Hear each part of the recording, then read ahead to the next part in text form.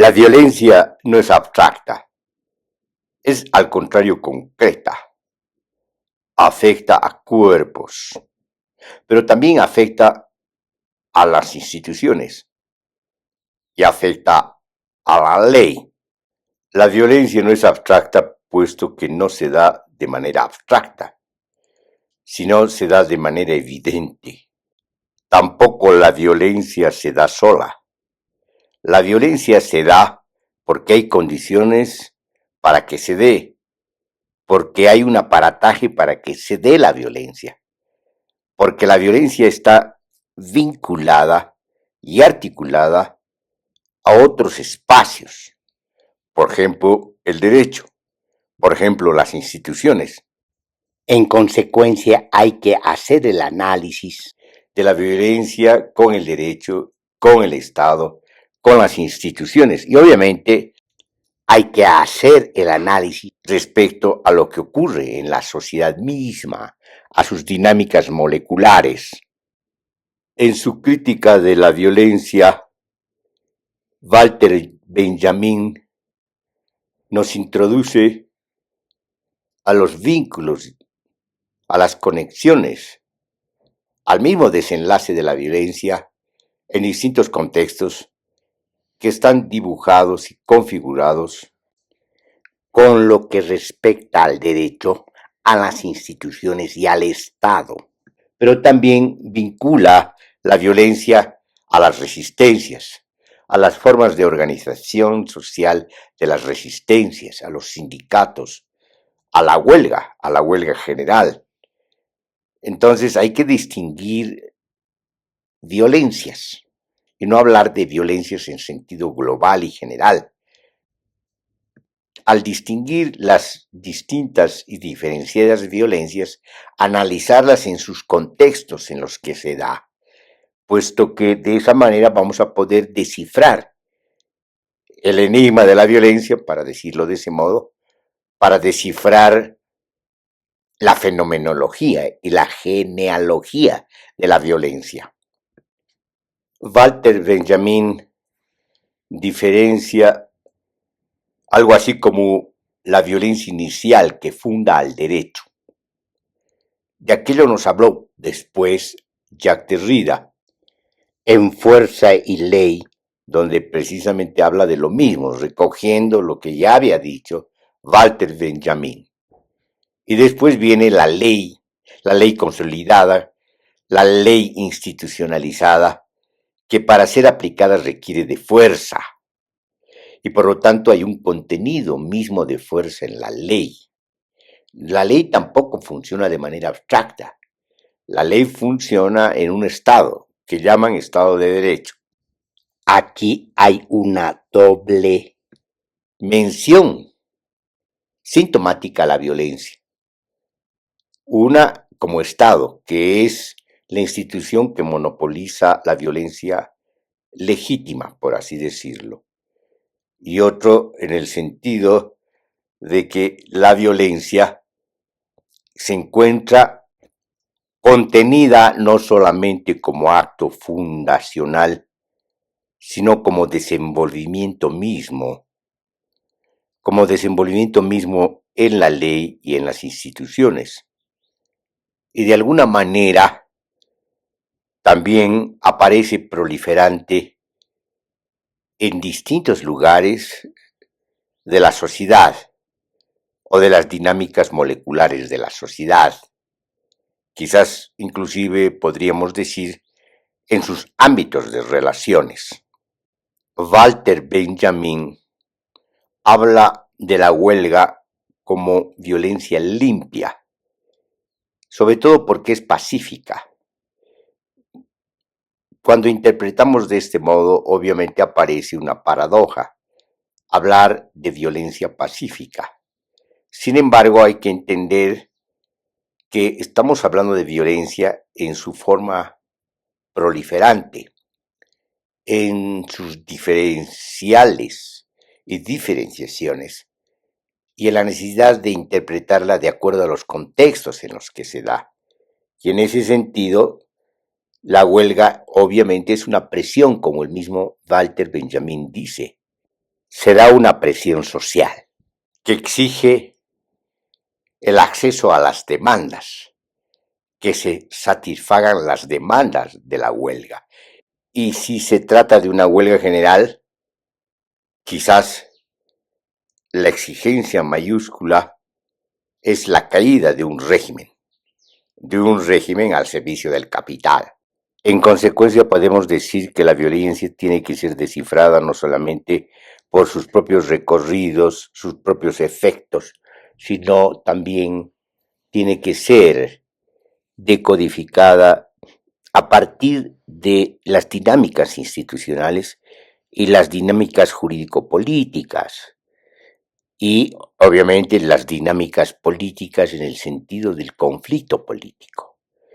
Obviamente, no podemos olvidar que uno de los contextos importantes para analizar la violencia, las formas proliferantes de la violencia, tienen que ver con la lucha de clases, con la tesis de la lucha de clases, que se ha convertido en una teoría de la lucha de clases, que no es de ninguna manera repetir mecánicamente un enunciado, lucha de clases, sino exponer de manera detallada, contextual en su momento y en su coyuntura, de qué se trata, de qué manera se realiza, de manera concreta, específica, tratando de entender precisamente los alcances, las irradiaciones y los perfiles y contenidos y la expresión de la lucha de clases. Lastimosamente, en la jerga de izquierda se ha convertido la lucha de clases en un enunciado general para resolver problemas de análisis.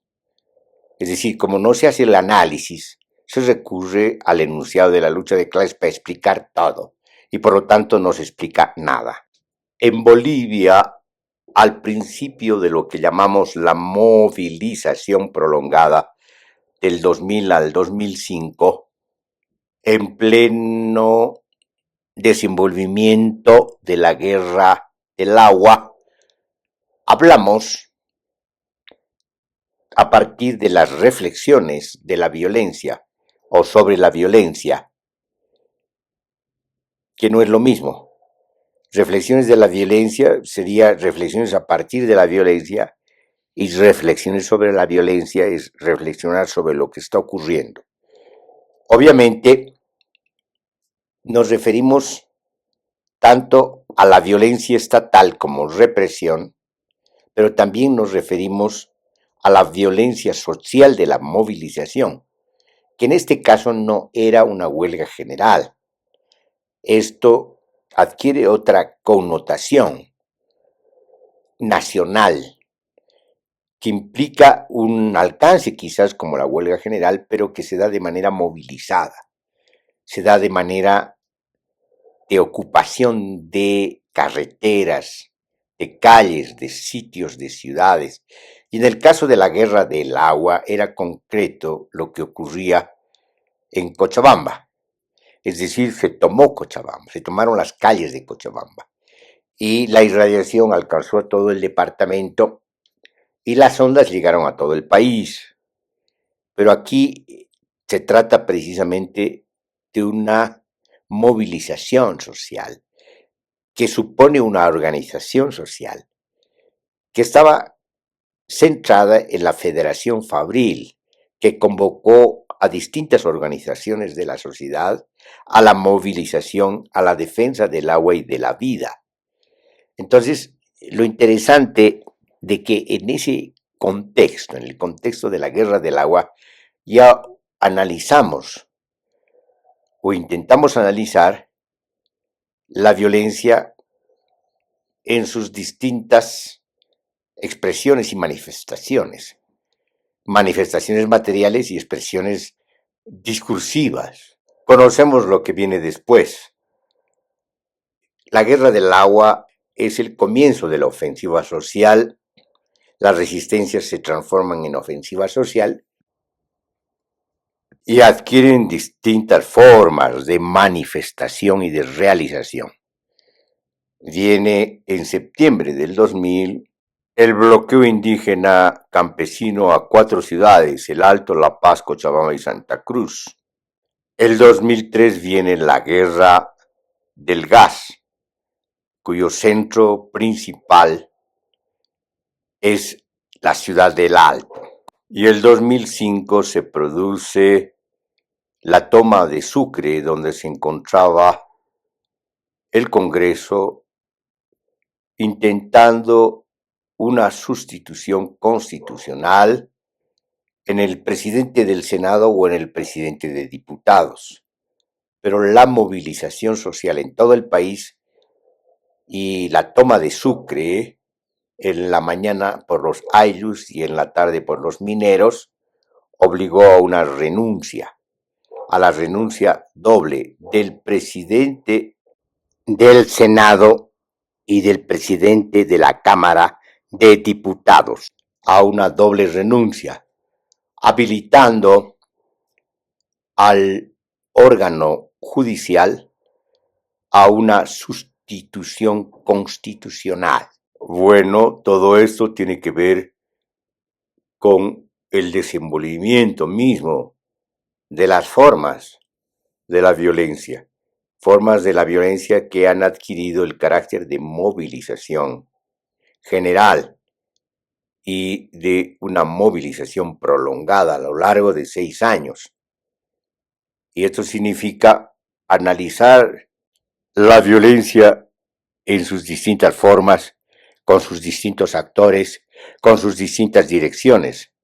La violencia estatal y la violencia social. En este caso no podemos hablar de una violencia limpia por parte de la movilización social, sino en todo caso de una violencia legítima, legitimada por la potencia social, que busca instituir, si se quiere, para recurrir a las referencias de Walter Benjamin, a un nuevo derecho, que en el contexto de la movilización empezó a adquirir la forma y la convocatoria a una asamblea constituyente. En el ensayo citado de Walter Benjamin para una crítica de la violencia, el filósofo marxista dice: la tarea de una crítica de la violencia puede circunscribirse a la descripción de la relación de ésta respecto al derecho y a la justicia. Es que en lo que concierne a la violencia, en su sentido más conciso, solo se llega a una razón efectiva, siempre y cuando se inscriba dentro de un contexto ético. Y la esfera de este contexto está indicada por los conceptos de derecho y justicia. Un poco más adelante dice: es más, en principio, la violencia solo puede encontrarse en el dominio de los medios y no en los fines. Desde este punto de vista, la violencia es un medio, no un fin. El problema en el desenvolvimiento y genealogía de la violencia es que en regímenes totalitarios la violencia se convierte en un fin, el medio se convierte en un fin. En este sentido podemos decir y apreciar que cuando ocurre esto, se produce un desquiciamiento completo de la concepción de la violencia. Dicho de otra manera, estamos ante regímenes desquiciados. Hay que diferenciar el derecho natural y el derecho positivo. El derecho natural se plantea la justicia de los fines y el derecho positivo se plantea la legitimidad de los medios. Walter Benjamin dice: dicha tesis de derecho natural de la violencia como dato natural dado es diametralmente opuesta a la posición que respecto a la violencia como dato histórico adquirido asume el derecho positivo. En tanto, el derecho natural es capaz de juicios críticos de la violencia en todo derecho establecido, solo en vista de sus fines. El derecho positivo, por su parte, establece juicios sobre todo derecho en vías de constitución, únicamente a través de la crítica de sus medios. Si la justicia es el criterio de los fines, la legitimidad lo es de los medios. No obstante, y sin restar nada a su oposición, ambas escuelas comparten un dogma fundamental. Fines justos pueden ser alcanzados por medios legítimos, y medios legítimos pueden ser empleados para fines justos. El derecho natural aspira a justificar los medios por la justicia de sus fines. Por su parte, el derecho positivo intenta garantizar la justicia de los fines a través de la legitimación de los medios. Esta antinomía resultaría insoluble si la premisa dogmática común fuera falsa, es decir, en el caso en que medios legítimos y fines justos estuvieran en irreconciliable contradicción. Es decir, cuando los medios no son legítimos y los fines no son justos. Con esto entramos de lleno a la interpelación política y a la interpelación social. A la interpelación de la política por medio de la interpelación social. La crítica al empleo de la violencia estatal, que llega incluso al terrorismo de Estado. Entonces se emplean medios ilegítimos para obtener o conseguir fines injustos, como por ejemplo el permanecer en el poder. Cuando se consolida el Estado, es decir, cuando se consolida la composición del Estado, que tiene que ver con el derecho, el sistema jurídico político, el mapa institucional, se exige que los fines sean conseguidos por medio del derecho, que no se coloquen fuera del derecho. Walter Benjamin dice, es decir, que la violencia, cuando no es aplicada por las correspondientes instancias de derecho, lo pone en peligro, no tanto por los fines que aspira a alcanzar, sino por su mera existencia fuera del derecho. El filósofo citado se pregunta, ¿cuál es la función que hace de la violencia algo tan amenazador para el derecho, algo tan digno de temor? Dice, la respuesta debe buscarse precisamente en aquellos ámbitos en que, a pesar de la actual orden legal, su despliegue es aún permitido. En primer lugar, cabe citar la lucha de clases y su expresión en el derecho de huelga garantizado a los trabajadores. Las organizaciones laborales son en la actualidad, junto al Estado, los únicos sujetos de derecho a quienes se concede un derecho a la violencia. Más adelante dice, en ese sentido el derecho de huelga representa, desde la perspectiva del sector laboral enfrentada a la violencia del Estado, un derecho de utilización de la violencia al servicio de ciertos fines. Dicha contradicción de objetivos se manifiesta en toda su agudeza en la huelga general revolucionaria. ¿Qué es lo que teme entonces el Estado? Lo que teme es su memoria misma, es decir, el origen del derecho mismo, el origen mismo del Estado, que es la guerra de conquista. Lo que teme es la violencia fundadora de todo derecho. La violencia revolucionaria puede fundar un nuevo derecho. En su caso, puede lograr conquistas de derechos, ampliación de derechos, generación de nuevos derechos. Teme que se desborde el orden mismo, los límites del orden mismo sean sobrepasados y por lo tanto se viva, si se quiere, la dialéctica política, lo que implica la invención de otros órdenes políticos, sociales. Walter Benjamin dice, pero aun cuando el comportamiento es pasivo, no dejará de ser violento si consistiera en chantaje del tipo tratado más arriba, cuando bajo ciertas condiciones se opone violencia a los huelguistas que ejercen la violencia. Asistimos meramente a una contradicción práctica de la situación de derecho y no a una contradicción lógica del derecho.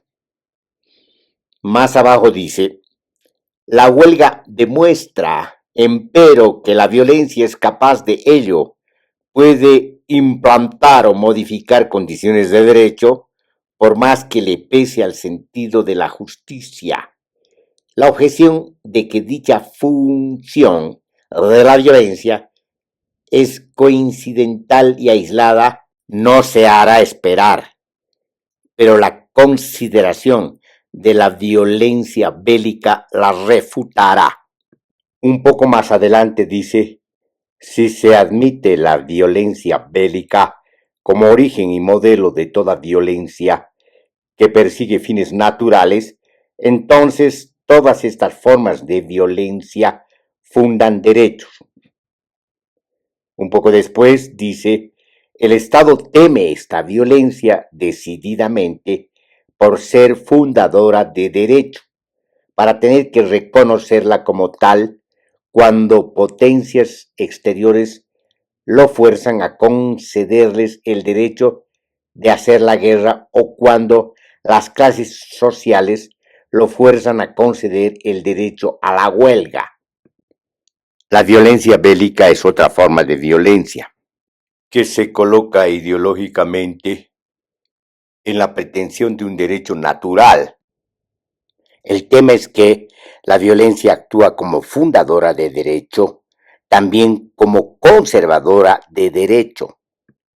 No solamente la violencia fundadora es amenazante para un Estado establecido, para un derecho institucionalizado, para un orden dado, sino también la concepción y la práctica conservadora del derecho, puesto que de esta forma, en la medida que exige que se cumpla con el derecho, puede obligar a la gente, a la población, a distintos estratos de la población, a distintas ciudades, a cumplir con un derecho que puede haber quedado anacrónico respecto a las modificaciones de los contextos sociales, políticos, económicos y culturales. Walter Benjamin habla de otras formas de violencia. Una de ellas tiene que ver con la pena de muerte, que plantea fuertes contradicciones, incluso en lo que respecta al derecho conservador, al derecho positivo. Por otra parte, también acude a mostrar otras contradicciones, por ejemplo, en la conformación de la policía, donde, según el autor citado, estas dos formas de violencia, es decir, la violencia fundadora y la violencia conservadora, se hacen presentes en aún otra institución del Estado y en una combinación todavía mucho más antinatural que en el caso de la pena de muerte y amalgamadas de forma igualmente monstruosa, esta institución es la policía. Aunque se trata de una violencia para fines de derecho, la misma facultad le autoriza a fijarlos dentro de amplios límites. Lo ignominioso de esta autoridad consiste en que para ella se levanta la distinción entre derecho fundador y derecho conservador, la razón por la cual tampoco sean conscientes de ello radica en que las competencias de la policía rara vez les son suficientes para llevar a cabo sus más groseras operaciones, ciegamente dirigidas en contra de los sectores más vulnerables y juiciosos, y contra quienes el Estado no tiene necesidad alguna de proteger las leyes. Del derecho fundador se pide la acreditación en la victoria, y del derecho conservador que se someta a la limitación de no fijar nuevos fines. Entonces, la violencia como medio es siempre o bien fundadora de derecho o conservadora de derecho. En caso de no reivindicar alguno de estos dos predicados, renuncia a toda validez. De ello se desprende que, en el mejor de los casos, toda violencia empleada como medio participa en la problemática del derecho en general. Como se podrá ver, estamos ante la genealogía de la violencia, pero también ante la arqueología del concepto de violencia, además de las distintas circunstancias donde se mueve la violencia, la proliferación de la violencia. Entonces, el Estado, la composición del Estado, la relación entre derecho, sistema jurídico político y mapa institucional también experimentan sus contradicciones y desajustes.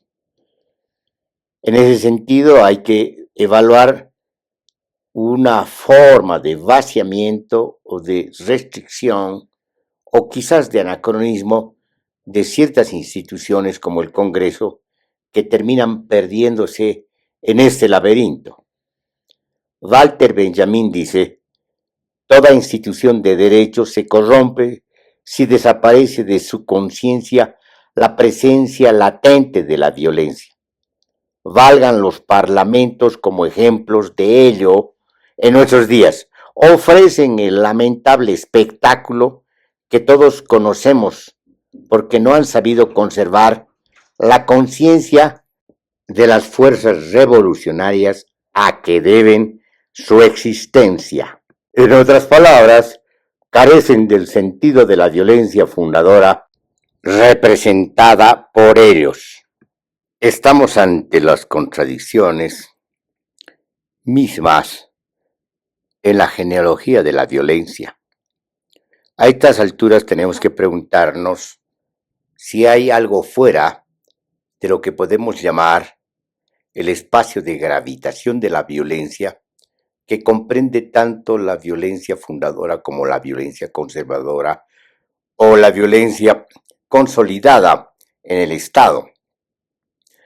Y Walter Benjamin se responde que sí hay otro ámbito que tiene que ver con otras prácticas no violentas de ejercicio limpio. La pregunta es la siguiente: ¿es acaso posible la resolución no violenta de los conflictos? Se responde: sin duda lo es. Las relaciones entre personas privadas ofrecen abundantes ejemplos de ello. Donde quiera que la cultura del corazón haya hecho accesibles medios limpios de acuerdo, se registra conformidad inviolenta. Y es que a los medios legítimos e ilegítimos de todo tipo que siempre expresan violencia, puede oponerse los no violentos, los medios limpios. Sus precondiciones subjetivas son cortesía, sinceridad, afinidad, amor a la paz, confianza y todo aquello que en este contexto se deje nombrar. Al respecto, hay que decirlo. No solamente existe un espacio fuera de la gravitación de la violencia, sino fuera de la gravitación del derecho y por lo tanto fuera de la gravitación del Estado. El problema es que el capitalismo introduce la lucha de clases. El marxismo toma conciencia de esa lucha de clases y plantea el problema. Por eso se trata de destruir el Estado, de salir de la vorágine capitalista. Por lo tanto, se replantea en la lucha de clases la imperiosa necesidad de una violencia revolucionaria que dé lugar al nacimiento de un nuevo horizonte histórico, político, social y cultural. Más allá del derecho, más allá del Estado, más allá de la economía. Recordando a Sorel, que se plantea la huelga general como medio para fundar nuevas condiciones de posibilidad histórica, políticas y culturales, la cita que hace de Sorel dice: con la huelga general desaparecen todas esas cosas bonitas. La revolución se manifiesta en forma de una revuelta clara y simple. Es un lugar que no está reservado ni para los sociólogos, ni para elegantes aficionados de la reforma social, ni para intelectuales, para quienes pensar por el proletariado les sirve de profesión. Terminando la cita, Walter Benjamin reflexiona: esta concepción profunda, ética y genuinamente revolucionaria impide que se adscriba a semejante huelga general un carácter violento, so pretexto de sus posibles consecuencias catastróficas. Sin embargo, hay que recordar que solo la huelga general no ha sido suficiente para el derrumbe, la caída de un régimen, el llamado régimen antiguo, sino que se ha derivado en lo que se ha venido a llamar violencia revolucionaria. Por otra parte, hay que anotar que la violencia puede no proponerse fines, como cuando se da la ira, pero también la violencia mítica no se propone fines, pertenece a los dioses. La violencia mítica en su forma original es pura manifestación de los dioses. En ambos casos la violencia no es un fin, no se propone un fin. En el primer caso de la ira, la violencia es una catarsis. En el segundo caso, la violencia es imaginaria.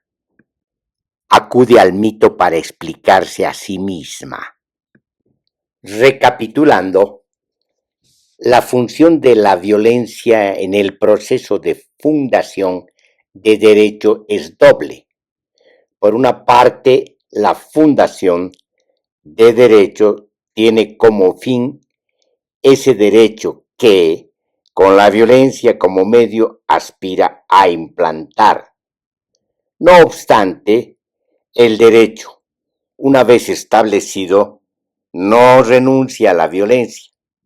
Lejos de ello, solo entonces se convierte verdaderamente en fundadora de derecho, en el sentido más estricto y directo, porque este derecho no será independiente y libre de toda violencia, sino que será, en nombre del poder, un fin íntima y necesariamente ligado a ella.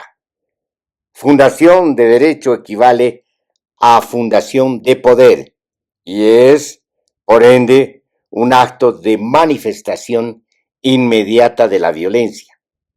Justicia es el principio de toda fundación divina de fines. Poder es el principio de toda fundación mítica del derecho. La violencia mítica y la violencia divina son el refugio de la legitimación de la violencia conservadora, cuando la violencia conservadora no encuentra en sí misma legitimación posible. En contraposición está la esfera limpia de la violencia. Lejos de fundar una esfera más limpia, la manifestación mítica de la violencia inmediata se muestra profundamente idéntica a toda violencia de derecho y la intuición de su común problemática se convierte en certeza de la descomposición de su función histórica, por lo que se hace preciso eliminarla. Tal tarea replantea en última instancia la cuestión de una violencia inmediata pura capaz de paralizar a la violencia mítica. De la misma forma en que Dios y mito se enfrentan en todos los ámbitos, se opone también la violencia divina, la mítica. Son siempre contrarias. En tanto que la violencia mítica es fundadora del derecho, la divina es destructora del derecho. Si la primera establece fronteras, la segunda arrasa con ellas. Si la mítica es culpabilizadora y expiatoria, la divina es redentora. Cuando aquella amenaza, esta golpea. Si aquella es sangrienta, esta otra es letal, aunque incruenta. El círculo vicioso de la violencia. ¿Cómo salir del círculo vicioso de la violencia? Mediante la violencia limpia. Walter Benjamin dice: pero si la violencia llega a tener, más allá del derecho, un lugar asegurado como forma limpia e inmediata, se deduce, independientemente de la forma y posibilidad de la violencia revolucionaria, a qué nombre debe atribuirse la más elevada manifestación de la violencia a cargo del hombre. Para el ser humano no es ya posible sino urgente decidir cuándo se trata efectivamente de violencia limpia en cada caso particular. Se puede decir que contra la violencia fundacional que funda el derecho es menester cerrar el círculo vicioso mediante la violencia limpia que clausura toda violencia. La última guerra de la que hablaba el discurso histórico-político. Recientemente en Bolivia se ha propuesto un proyecto de ley antibloqueos. Este proyecto de ley no solamente es inconstitucional, sino antidemocrático. Este proyecto de ley vulnera la Constitución y al vulnerarla cuestiona el mismo fundamento del derecho, al anular derechos conquistados. Por otra parte, se quiere oponer a la violencia fundacional del derecho mediante una violencia estatal, sobre todo jurídico-política, que establece la prohibición de los bloqueos, estigmatizándolos a tal punto que no hay una cuantificación coherente de las penas, convirtiendo al bloqueo en un crimen de sangre, incluso penándolo con 30 años de cárcel. Este despropósito muestra las grandes y profundas contradicciones del proyecto de ley antibloqueos. Los proyectistas no solamente desconocen la Constitución, sino evidencian su desconocimiento del derecho, su desconocimiento pleno del derecho pleno. Atentan incluso contra la violencia conservadora del derecho. Atentan contra el derecho que debe conservar derechos, con lo que se termina destruyendo la misma arquitectura del derecho. No solamente por criminalizar la protesta, sino, sobre todo, destruye en perspectiva todo derecho, imponiendo como ley lo que acaba con el fundamento mismo de la ley, que es la violencia fundadora.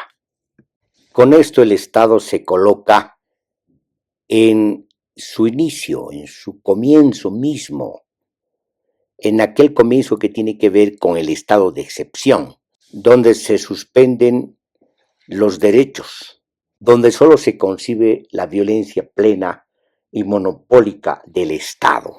Lo que hacen los proyectistas, paradójicamente, es empujar al desborde de los bloqueos contra la ley antibloqueos, es empujar a la movilización general contra un régimen que en la práctica ya es un régimen de excepción, es empujar a la violencia social, a la violencia fundadora de nuevos derechos, violencia fundadora que puede convertirse en violencia revolucionaria.